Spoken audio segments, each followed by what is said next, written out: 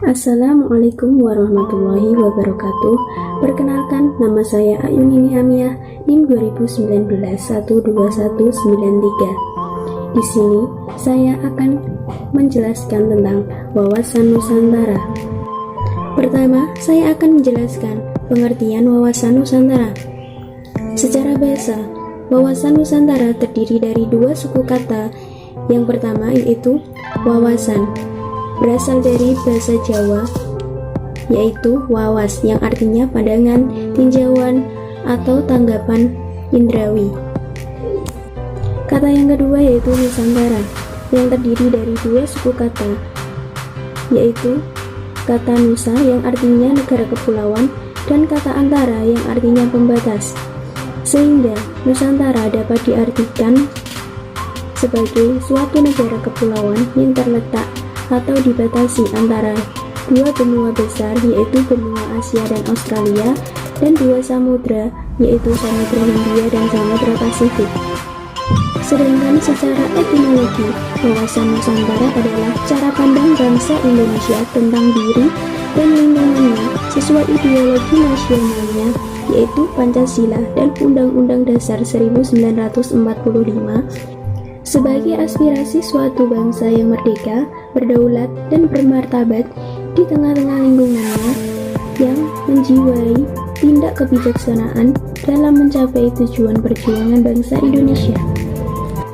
Selanjutnya, hakikat wawasan Nusantara berkaitan dengan upaya bangsa Indonesia dalam mewujudkan cita-cita nasional Indonesia terdapat pada pembukaan Undang-Undang Dasar 1945 pada alinea kedua. Sedangkan tujuan nasionalnya terdapat pada pembukaan Undang-Undang Dasar 1945 pada alinea keempat. Kemudian, faktor-faktor yang dapat mempengaruhi upaya bangsa Indonesia dalam mewujudkan cita-cita dan tujuan nasionalnya, yaitu ada tiga faktor yang mempengaruhinya. Yang pertama, faktor geografis negara, yang kedua, faktor manusia, dan yang ketiga, faktor lingkungan. Selanjutnya, konsep wawasan Nusantara yang dirumuskan dan dimuat dalam Peraturan Perundang-undangan Republik Indonesia sejak tahun 1973, yakni dengan dimuatnya dalam GBHN. Kemudian, tujuan wawasan Nusantara yang pertama adalah maksudnya untuk mewujudkan kesatuan dan keutuhan atau integrasi dalam semua aspek kehidupan bangsa dan negara, baik itu dalam aspek alamiah yang biasa disebut dengan Trigatra, begitu juga dalam aspek sosial dan biasa disebut dengan Pancagatra. Yang kedua yaitu tujuan keluar, maksudnya ikut serta dalam mewujudkan kebahagiaan, ketertiban, dan perdamaian bagi seluruh umat manusia. Selanjutnya, wawasan dalam pembangunan nasional adalah wawasan Nusantara yang mencakup perwujudan kepulauan wawasan Nusantara sebagai yang pertama, satu kesatuan politik, yang kedua, satu kesatuan ekonomi, yang ketiga, satu kesatuan sosial budaya, yang keempat, satu kesatuan hankam. Kemudian, dasar pemikiran bangsa Indonesia itu ada tiga. Yang pertama, dasar pemikiran geografis dan geostrategis, dan yang kedua, dasar pemikiran historis dan yuridis formal, dan yang ketiga, dasar pemikiran kepentingan nasional. Saya akan menjelaskan dasar pemikiran yang pertama, yaitu dasar pemikiran geografis dan geostrategis. Dasar geografis. Secara geografis atau keadaan wilayah Indonesia merupakan negara terbesar di Asia Tenggara. Sedangkan secara demografis, negara Indonesia dengan jumlah penduduk terbesar nomor 4 di dunia saat ini. Aspek geografis yang pertama, panjang wilayah, yang kedua, jumlah penduduk, yang ketiga, jumlah pulau, yang keempat, luas lautan, yang kelima, tanahnya mengandung sumber kekayaan alam yang melimpah, yang terakhir, penduduknya yang cukup padat. Sedangkan dasar geostrategis, geo sendiri itu artinya wilayah, dan strategis artinya strategi hankam. Sehingga geostrategi adalah strategi hankam suatu negara yang disesuaikan dengan kondisi wilayah yang bersangkutan. Aspek sosialnya yang pertama, demografis, yang kedua ideologis, yang ketiga politik, dan yang terakhir hankam. Posisi Indonesia terletak pada posisi silang dunia, sehingga memaksa Indonesia untuk memilih salah satu dari dua pilihannya. Yang pertama, membiarkan dirinya terus-menerus terombang-ambing oleh pengaruh rivalitas dan kekuatan besar, yaitu utara dan selatan. Dan yang kedua, turut serta mengatur lalu lintas pengaruh lingkungan dengan berperan sebagai subjek. Kemudian dasar pemikiran bangsa Indonesia yang kedua yaitu dasar pemikiran historis dan yuridis formal. Historis dan yuridis formal merupakan dasar pemikiran yang dilihat dari sejarah atau historis dan peraturan perundang-undangan atau yuridis formal yang pernah berlaku di Indonesia. Berdasarkan ketentuan pasal aturan peralihan di Indonesia yang berlaku peraturan telah ada sebelumnya, yaitu Ordonansi Belanda tahun 1939 menegaskan bahwa batas wilayah Hindia Belanda adalah 3 mil dari pantai dan diukur waktu pasang surut. Akan tetapi, dengan menggunakan aturan tersebut sangat merugikan kepentingan nasional Indonesia karena menyebabkan wilayah Republik Indonesia antar satu pulau dengan pulau lain dibatasi oleh laut bebas.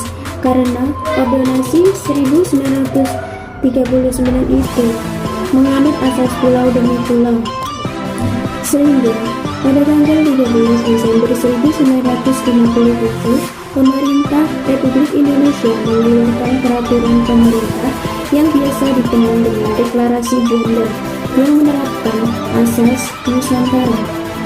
Deklarasi Juanda tersebut membahas tentang batas wilayah Republik Indonesia adalah 12 mil dari garis besar yang menghubungkan titik ujung terluar dari pulau-pulau Indonesia terluar atau pulau yang terletak paling tinggi.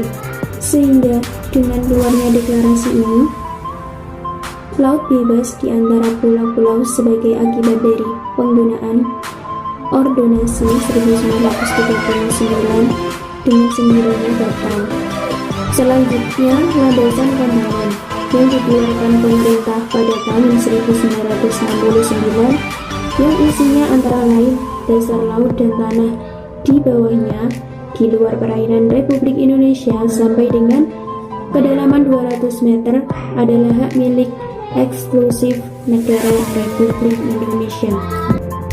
Kemudian, zona ekonomi eksklusif atau ZEE yang dikeluarkan oleh pemerintah pada tahun 1980, yang ZEE itu sendiri isinya menegaskan bahwa wilayah laut selebar 200 mil dari garis-garis dasar merupakan hak milik Indonesia eksklusif atau khusus secara ekonomi. Selanjutnya, dasar pemikiran bangsa Indonesia yang ketiga yaitu dasar pemikiran kepentingan nasional. Kepentingan nasional itu sendiri diartikan sebagai nilai-nilai atau material dan immaterial yang dipandang berharga atau terbaik oleh suatu bangsa, dan karena itu mereka ingin mempertahankannya. Kepentingan nasional lainnya yang sifatnya relatif dinamis adalah menjaga kesinambungan pelaksanaan pembangunan nasional dalam pengertian yang seluas-luasnya. Selanjutnya, implementasi wawasan Nusantara adalah bagaimana setiap gerak pembangunan di Indonesia harus selalu berorientasi pada kepentingan rakyat dan pada upaya integrasi wilayah tanah air secara utuh dan menyeluruh. Pelaksanaannya per bidang dapat dijelaskan sebagai berikut. Yang pertama, dalam bidang politik, berorientasi pada upaya menciptakan iklim penyelenggaraan negara yang sehat dan dinamis. Yang kedua, dalam bidang ekonomi, diorientasikan pada upaya menciptakan integrasi ekonomi nasional. Sekian penjelasan dari saya tentang materi wawasan Nusantara. Apabila ada kata-kata yang kurang baik, saya mohon maaf yang sebesar-besarnya. Sekian dan terima kasih. Wassalamualaikum warahmatullahi wabarakatuh.